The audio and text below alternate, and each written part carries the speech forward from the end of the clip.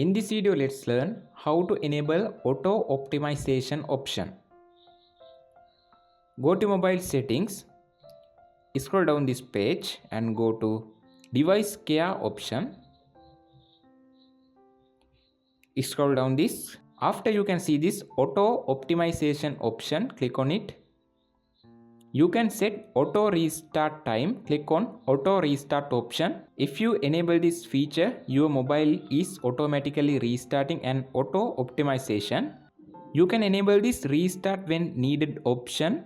Now if your phone have any bug or any optimization, your phone will automatically restart. If you don't like this feature, you can enable this restart on schedule time option. Click on it. After you can set a time to restart your mobile automatically in here.